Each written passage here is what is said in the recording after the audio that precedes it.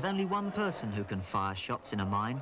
That's a fully trained, qualified and authorised man. Morning, Bill. Morning. All right, weekend. Nice and quiet. And when it comes to doing the job, you need look no further than this chap, Bill Matthews. Morning, Bill. Morning. Oh, there you are. Took your time getting here. Monday morning feeling, I suppose. Come on, let's go. We've got some work to do. See you, Frank. Just be good. See you, Bill. All right, man.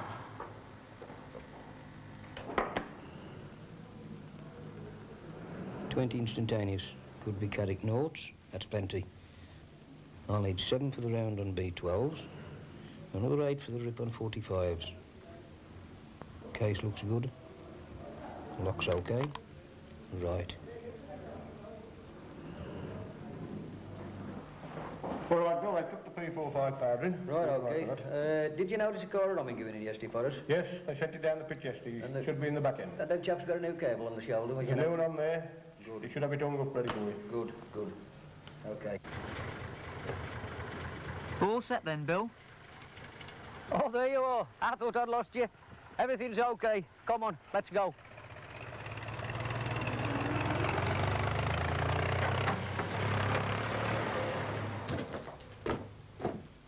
Bill's first job of the week is the return ripping in B12's district. No point in taking the exploder any further. It'll be safe enough left here until needed. It's a standard ME12.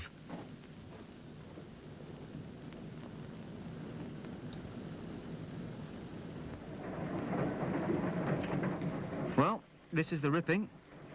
Not too much of a job to bring down, so we'll be firing a round of 7 shots using instantaneous detonators. Bill had the face supports removed while we were making our way in by.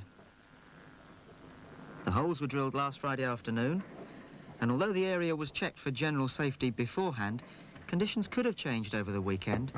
It's essential to check the area again.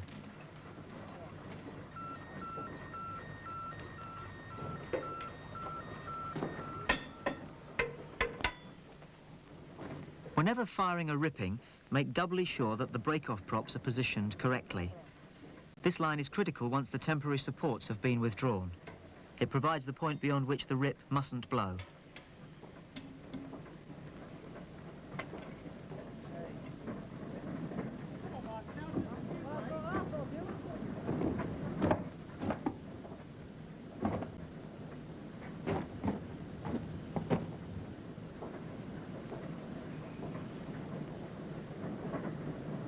Last of all, you must test for gas around the ripping and in all the approaches up to 10 metres away. In this case, it's good practice to get right into the corner where the ventilation is sluggish, as well as around the face side pack.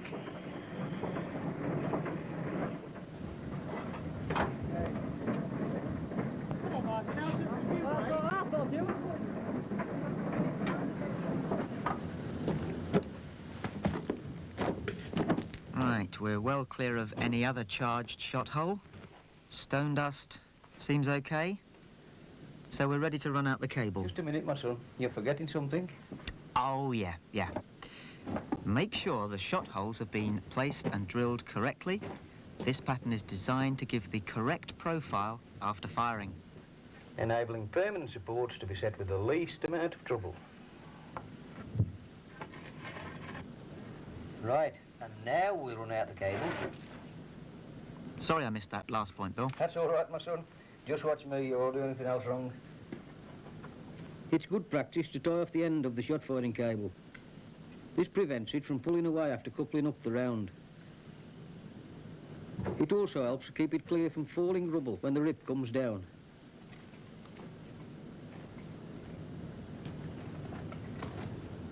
Cable lengths are important, so make sure you've got the right one for the job. This one's got to be at least 90 metres. That's the law. There mustn't be any damage or joints either. If it's not right in any way, use your replacement cable. And don't forget, when running out, keep it clear of other cables or electrical equipment. You could cause a short circuit.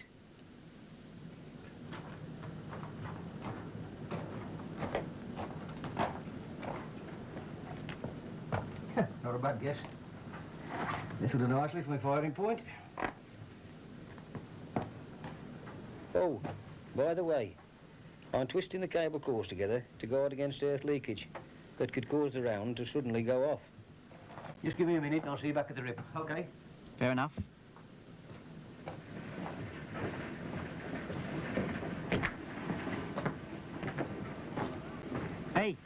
Hey, Bill, up here.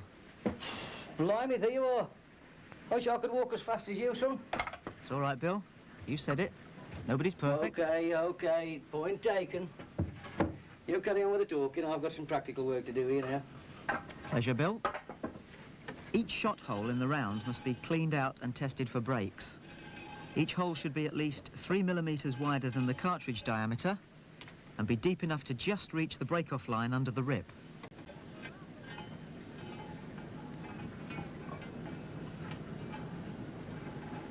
After preparing all the holes in the round, you must again check for gas at the mouth of each hole and in all the surrounding areas within 10 metres of the blast face. Excuse me, my son. Can I have a word? I think it's worth mentioning what would happen if we did find any gas. Oh, yes. If a gas cap should appear on the flame, or if you're using a methanometer, the reading is above 1.25%, all shot firing work must stop. The shot firer cannot resume working until the area has been made safe and he's been authorised to continue. I couldn't have said that any better myself. There's no gas present, so we can go and charge the round. First of all, we plug the hole. That's essential when the rip-in is within 90 metres of the face. You must know the maximum charge you can use in the hole. In this case, it's 1,000 grams. I'm only using 300, so I'm well under. They're all P45s. Keep the case shut and prepare the primer. Oh, and mind how you use the pricker. Many a shot firer has embarrassed himself by ending up with a point stuck in the palm of his hand. Oh, that's interesting. Has it ever happened to you then, Bill? That's right, you didn't mention that, pal.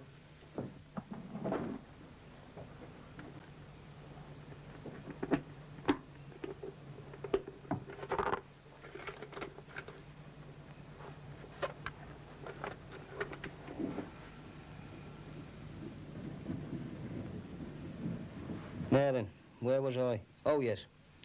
Easy does it. Hold the leads and not the detonator. If you pull the plug out, you could easily lose a finger or two.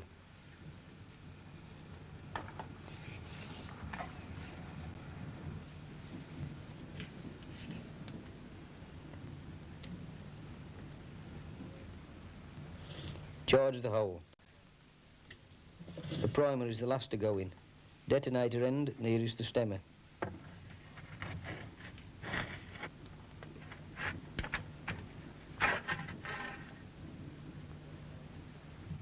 Stem the hole to the mouth.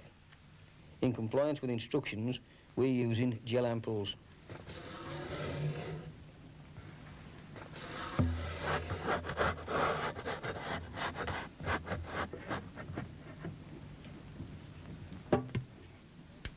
Finally, you must make sure that the detonator leads don't short circuit.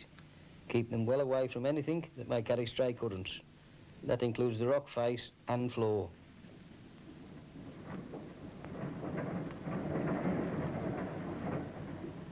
B12's tailgate ripping. Let's see, 7 shots in stone. Each one 300 grams. That's 2.1 kilograms. Oh yes. Powder canisters number 14.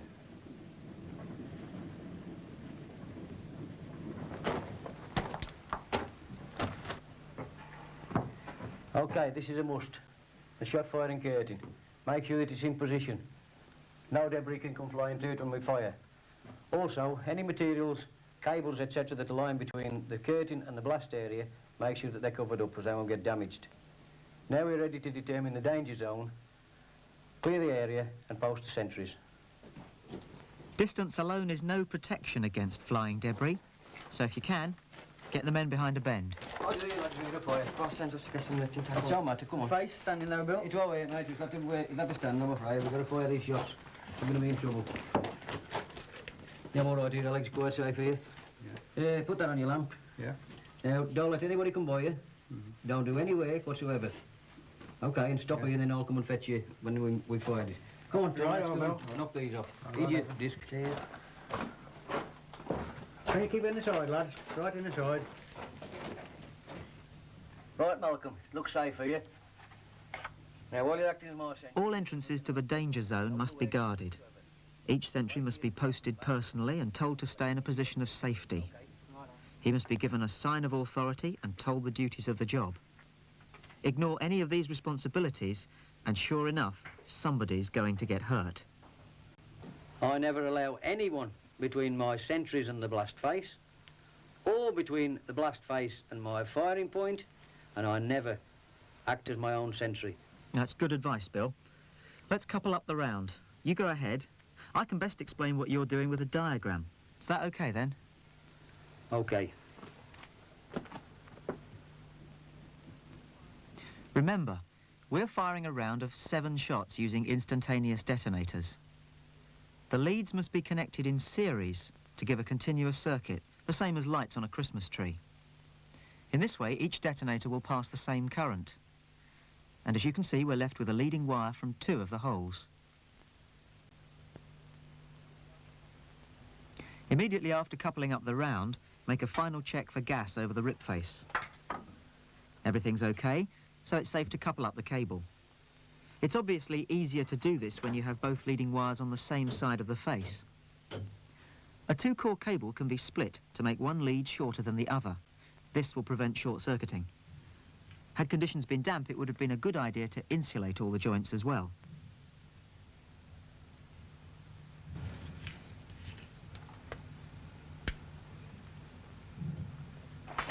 All that remains now is to see that the necessary supports are removed to safety. Obviously, you'll need to keep 1 or 2 men back to do this. And last of all, close the curtain. Right, lads. Come on, lad. Let's get away, see if we can see that football match. What do you think we'll win now? See you next week.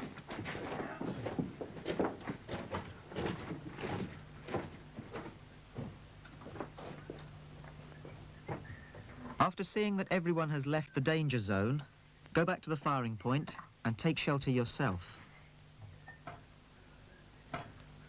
Couple the cable to the exploder, making sure the cores and terminals are clean and dry.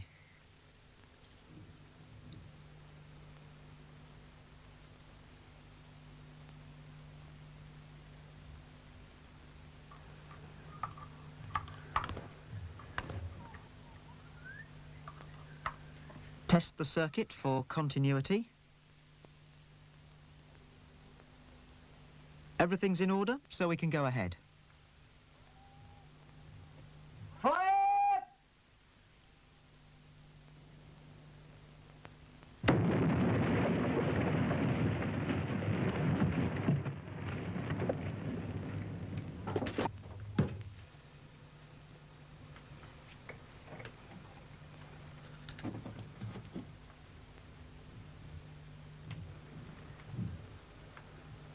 As a round of more than 6 shots has been fired, wait at least 10 minutes to allow for any stray charge suddenly going off. This will also give time for the fumes to clear.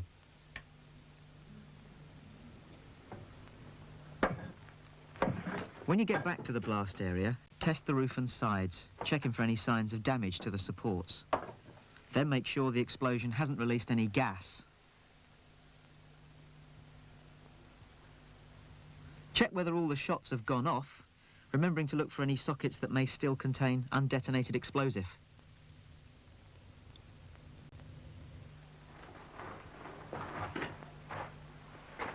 Right, Alec, they were blowed well. When satisfied that it's safe to do so, relieve the sentries and authorise the men to return to work.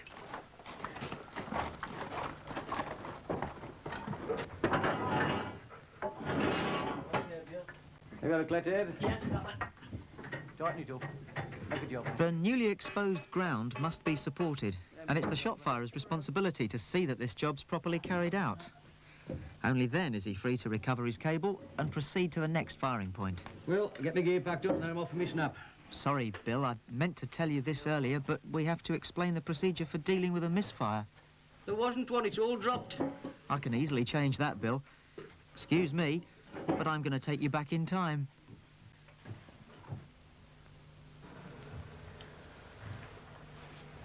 Feel all right? We can wait a while if you'd like to catch your breath. I don't know how you managed to get me back here. I told you everything had gone off okay. Look, Bill, trust me. Just test the circuit. You'll soon see what I mean. Well, I blowed you right. Just a trick of the camera, Bill. Now, let's explain the proper procedure for broken continuity. Oh, carry on, lad, you're doing fine. Thanks, Bill. First of all, uncouple the cable and join the cores together as a safety precaution. Remember to look after the key.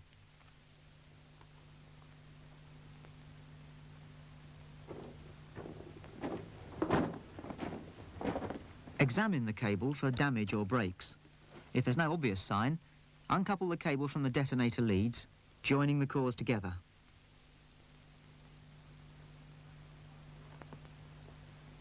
When you get back to the firing point, test the cable for continuity. It's positive. If the light hadn't come on, another cable would have to be tested.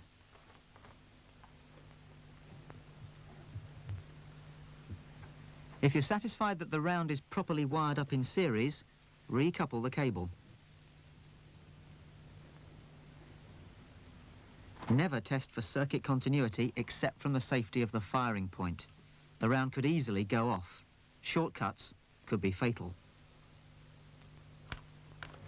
Still no light from the round. Must be a faulty detonator. Bill, if you don't mind uncoupling the cable again, I'm going to explain the principle with another diagram. We've got a round of 7 shots. Start by dividing them to groups of 3 and 4. Couple the first group of shots to the cable and test for continuity from the safety of the firing point.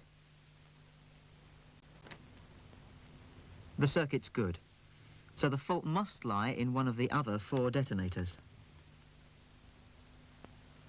Continue dividing and testing until the faulty detonator is found.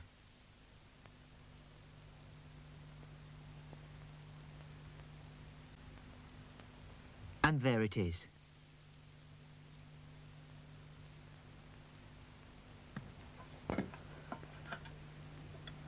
It's a good idea to tie the detonator leads to the roof or sides using a marker. This will help locate the charge after the rip has blown. The law does, in fact, allow for an alternative solution. This involves washing out the stemming and using another primer. But as we're using gel ampules, this method would not be practical. So, treat the remaining 6 shots as the round for firing, connecting them in series to the cable.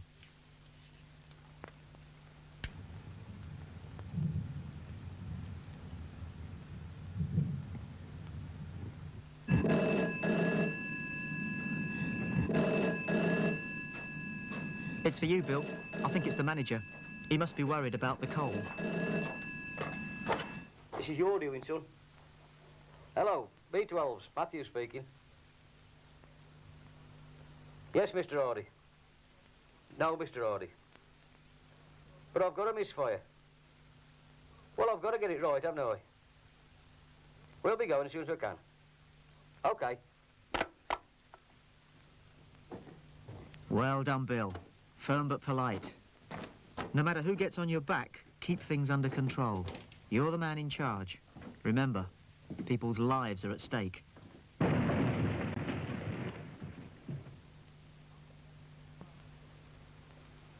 After testing and firing the round in the normal way, remember to wait at least 10 minutes before returning to the ripping.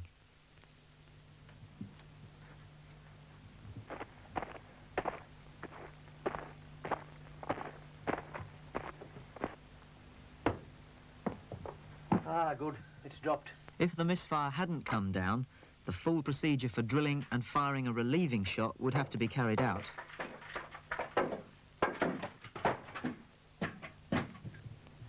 After checking the area for general safety and gas, retrieve the misfire as it'll have to be sent for laboratory examination.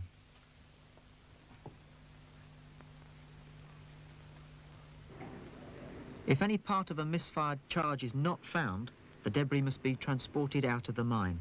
It must travel separately from any other mineral and be clearly marked. A surface inspection will be necessary to recover the charge. Well, that's it. The boss is happy. Coal's moving again. I must remember at the end of the shift to make a full report in writing about the misfire. By the way, did you mention anything about a faulty exploder? No, I didn't think you did. If the exploder was faulty, obviously you'd have to find another one. And make sure that the faulty exploder goes out of the pit at the end of the shift for testing. Also, and most important, see that any exposed strata are made safe. Oh, and don't forget to notify the district deputy. Oh, well, that's everything covered. No more tricks from you today. OK. Unless you want to whisk me off me snap. No more tricks. All right. Please yourself. I'll walk it. That's how they always should make. See, there's a lot of trouble when they're like this, you know. So you got another strike in the paper? Maggie. Maggie. Yeah. Maggie probably blamed it on Scarlet, we know. What the devil you got your lunch into there, lad?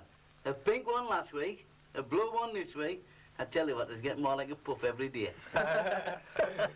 Oh, cheer up, you silly sod. Explosives contain chemicals such as nitroglycerine, ammonium nitrates. This can easily get on your hands during shot firing. And then contaminate your food at snap time. So it pays to take precautions. Never mind the sarcastic sods we got round here. Right, I'm off. I've got another rifter for you. Shall I see you tomorrow? Looking forward to it.